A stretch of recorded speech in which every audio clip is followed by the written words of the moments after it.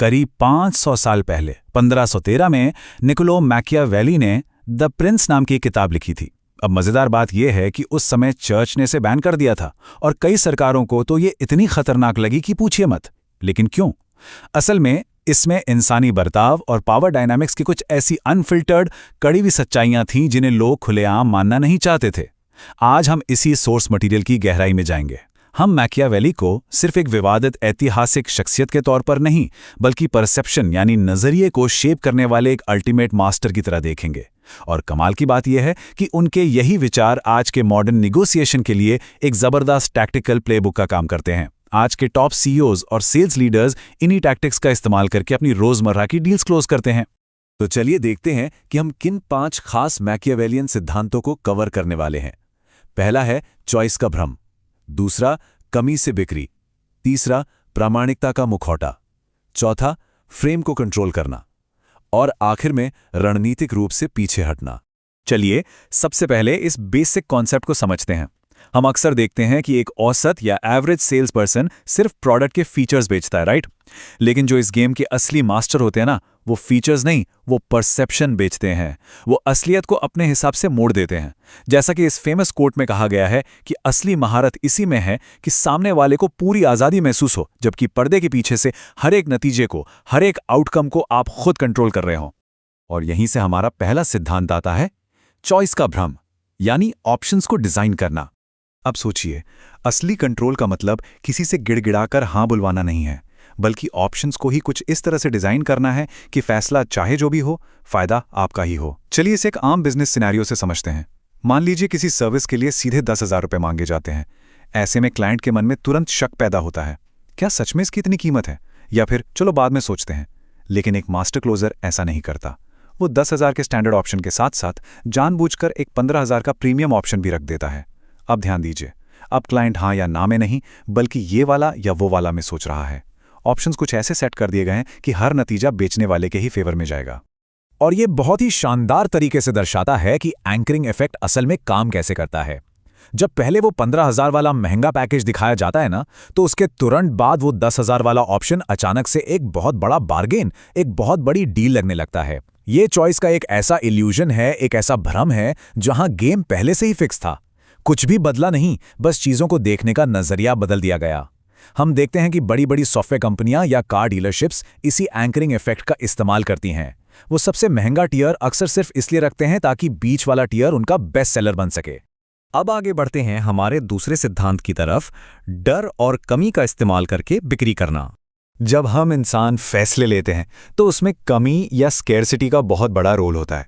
ये कोट एक बहुत ही गहरी लेकिन एकदम सच साइकोलॉजिकल बात सामने लाता है।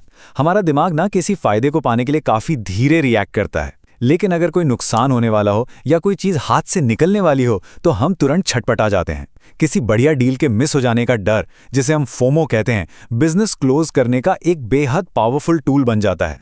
तो सवाल यह है कि बिजनेस में ये अर्जेंसी या हड़बड़ी आखिर पैदा कैसे की जाती है? सोर्स के मुताबिक इसके 3 बहुत ही सॉलिड तरीके हैं। पहला, असली या नकली कमी दिखाना, जैसे हम अक्सर ई-कॉमर्स साइट्स पर देखते हैं ना, हुर्रे सिर्फ 2 आइटम बचे हैं वाला टैग। दूसरा तरीका है सोशल प्रूफ, जैसे जब होटल बुकिंग साइट्स दिखाती हैं कि बिल्कुल अभी 5 और लोग इसी कमरे को देख रहे हैं। और तीसरा है समय सीमा, यानी टाइम लिमिट तय करना, ये भारी डिस्काउंट आज रात 12 बजे हमेशा के लिए खत्म हो जाएगा। अब मास्टर सेल्स पर्सन इस पूरी पैदा की गई घबराहट को ऐसे प्रेजेंट करते हैं मानो वो सच में केयर करते हों और सामने वाले को कोई बहुत अच्छा मौका गंवाने से बचा रहे हों। चलिए अब तीसरे सिद्धांत को देखते हैं, प्रामाणिकता का मुखौटा या ऑथेंटिसिटी का मास्क।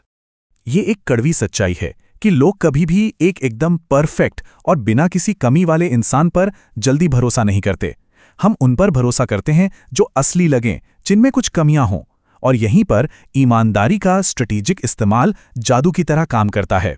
मान लीजिए कोई रियल एस्टेट ब्रोकर किसी को एक बहुत महंगा घर दिखाने के बजाय खुद ही एक सस्ता घर रेकमेंड कर दे और कहे, वहां तो ट्रैफिक का शोर बहुत ज्यादा है, ये वाला घर आपके लिए बेहतर रहेगा। ये चीज तुरंत एक भरोसा जगाती है कि यार इसका मकसद सिर्फ कमीशन कमाना नहीं है। या फिर सोचिए किसी प्रोडक्ट की कोई बहुत छोटी सी कमी मान लेना, जैसे हाँ ये थोड़ा भारी जरूर है। अब मजेदार बात देखिए, ये छोटी सी कमी स्वीकारने के बाद जब वही इंसान उस प्रोडक्ट की सबसे बड़ी खूबी बताएगा तो उस पर बिना किसी शक के आंख बंद करके यकीन कर लिया जाएगा। ये ट्रस्ट की एक ऐसी अभेद्य दीवार खड़ी कर देता है जिसे तोड़ना मुश्किल है। इसके बाद आता है हमारा चौथा सिद्धांत, फ्रेम को कंट्रोल करना और नैरेटिव सेट करना। तो यहाँ सबसे क्रूशियल पॉइंट यह है कि जो इंसान बातचीत का लेंस या नजरिया तय करता है वही इंसान फाइनल डील को कंट्रोल करता है। अब किसी बड़ी डराने वाली कीमत को देखने का नजरिया कैसे बदला जाए? मान लेते हैं कि 50,000 रुपए की कोई बहुत भारी कीमत है।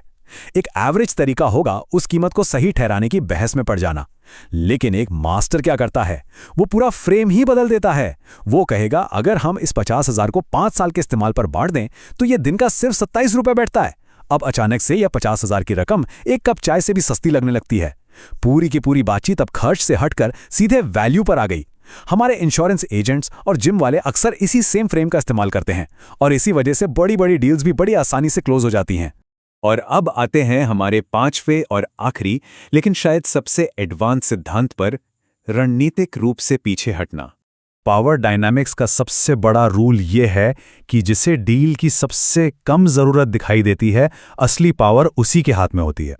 अब इस स्लाइड के बारे में जो सबसे दिलचस्प बात है वो ये है कि अचानक से पीछे हट जाना और सामने वाले से सारा प्रेशर हटा लेना असल में काम को और ज्यादा आसान बना देता है। जब एक मास्टर क्लोजर ये कहता है ना कि शायद अभी आपके लिए सही समय नहीं है, आप आराम से और रिसर्च कर लीजिए, मैं तो यही हूं, तो इससे असल में होता क्या है?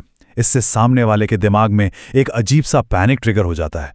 उन्हें अचानक लगने लगता है कि कहीं कोई बहुत बेहतरीन मौका उनके हाथ से फिसल तो नहीं रहा, और फिर वो प्रेशर हटने की वजह से खुद ही उस डील के पीछे और ज्यादा मजबूती से भागने लगते हैं। तो आज के इस विश्लेषण के अंत में हमारे सामने एक बहुत ही गहरा सवाल खड़ा होता है। सोर्स मटेरियल से एक बात तो बिल्कुल साफ है कि जिंदगी की हर एक बातचीत, हर एक एडवर्टाइजमेंट और हर एक छोटी बड़ी डील असल में सिर्फ और सिर्फ परसेप्शन का ही खेल है। तो सोचने वाली बात यह है कि रोजमर्रा के इन फैसलों और नेगोशिएशंस में क्या हम खुद अपनी हकीकत को शेप कर रहे हैं, या फिर जाने अनजाने में हम सिर्फ उन ऑप्शंस और फ्रेम्स पर रिएक्ट कर रहे हैं जो किसी और ने बहुत ही चालाकी से हमारे लिए डिजाइन किए हैं।